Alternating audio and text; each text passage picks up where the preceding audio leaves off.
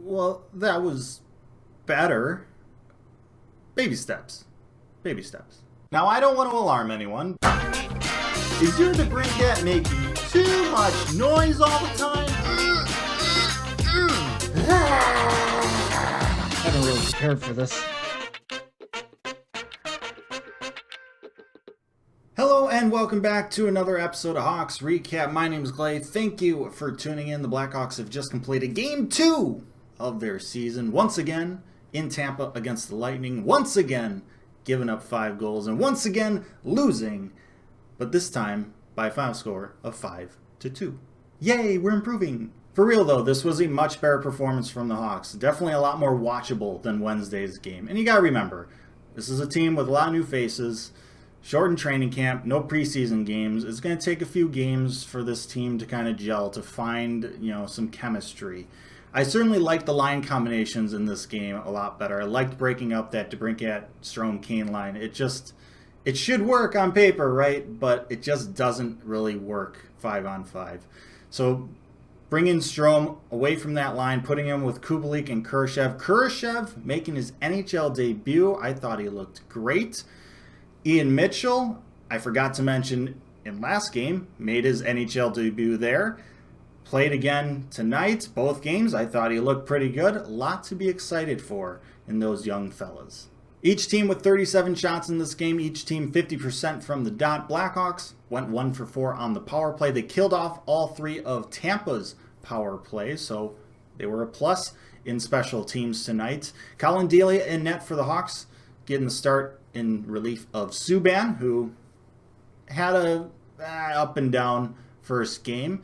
Net's wide open right now, and Delia gets his chance tonight. First period, he looked pretty darn good. Solid first period from him. Made some good saves when the Hawks needed him to, but the Hawks overall played well in that first period. Couldn't quite convert on their chances, but tied 0-0 after one and not down 3 goals like Wednesday against the defending Stanley Cup champs. Yeah, I'll take it. Unfortunately, in the second period, just like the Fresh Prince of Bel-Air, this game got turned upside down. And it all started about 2.5 minutes into the second period when Colin Delia tried to play the puck behind the net, and, well, it didn't go so well. Turns the puck over, trips over his own feet, empty net, goal for the Lightning. Ooh, yeah, that was not good.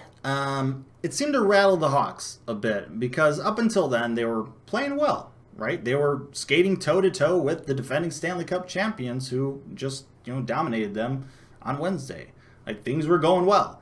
And it's one thing for a team like the Lightning or any opponent to generate some offense and create a good shot and generate a goal.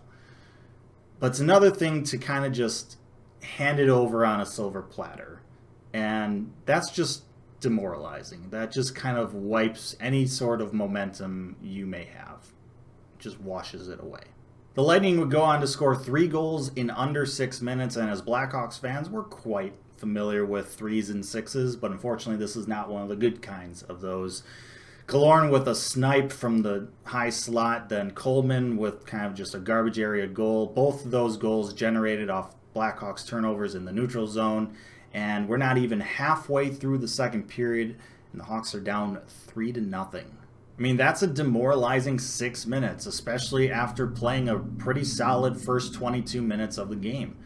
This game could have easily gotten out of hand, but credit the Hawks, they battled back. And it all starts on the power play. Strome gets the puck down low. Could have took it right to the net, but instead he finds DeBrincat cross ice, feeds him that puck. DeBrincat says, "Thank you very much." And not from the Ovi dot, not from the Stamkos dot, but from the DeBrincat dot. He rips home the one-timer, top shelf, over Vasi, and this game is 3-1.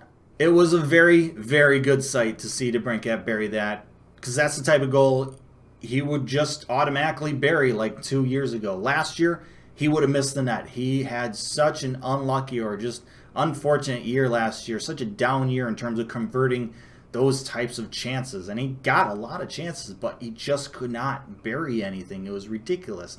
And I thought last year was just kind of one of those fluke years and that he would bounce back this year. Well, this is a good sign. So far, so good. Not even 2 minutes after that, DeBrincat decides he wants an apple in these trying times. Good forecheck.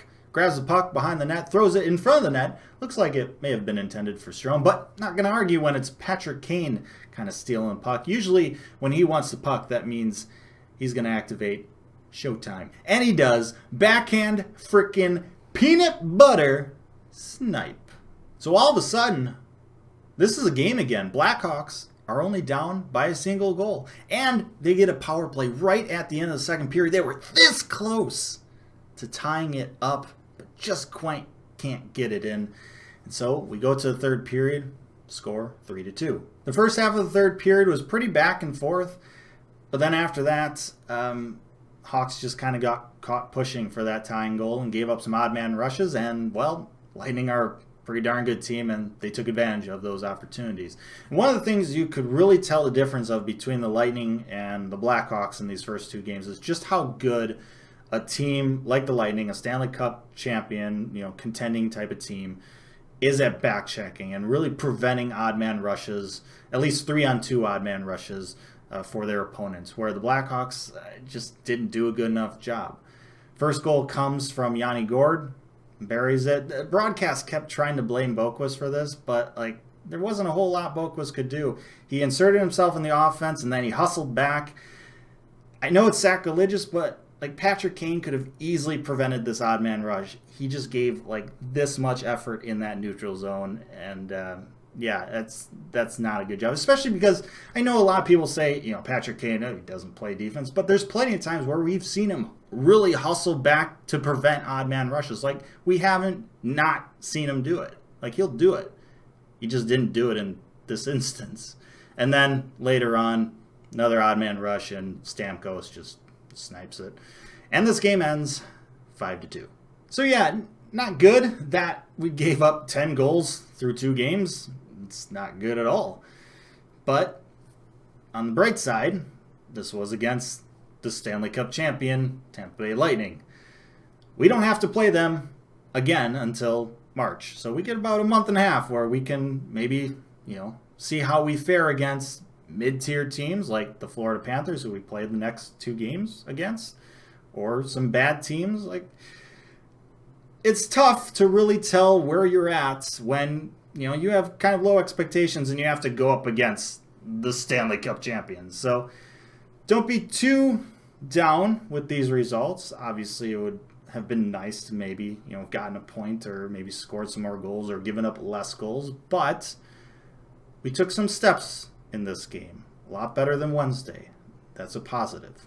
As far as I'm concerned, the net is still wide open. Delia and Subban, they both had their good stretches, but neither of them really kind of grabbed it by the horns and said, this net is mine, I am the number one. So I expect them to probably keep trading games, especially for these next 2 games against the Panthers. I expect Lankinen to get a shot as well down the road. I don't know how soon, but especially if Delia or Subban don't really, really grab hold of the one spot, we'll see Lankinen get his fair shot. Now, I know it's only been 2 games, but we are at the end of the week, and one of the things I want to do this year is give out a weekly Blackhawk of the Week award to a player who played well during that week. And yes, it's only been 2 games, but I feel like we have enough here to give out an award in the first week of the season. And so, drum roll please.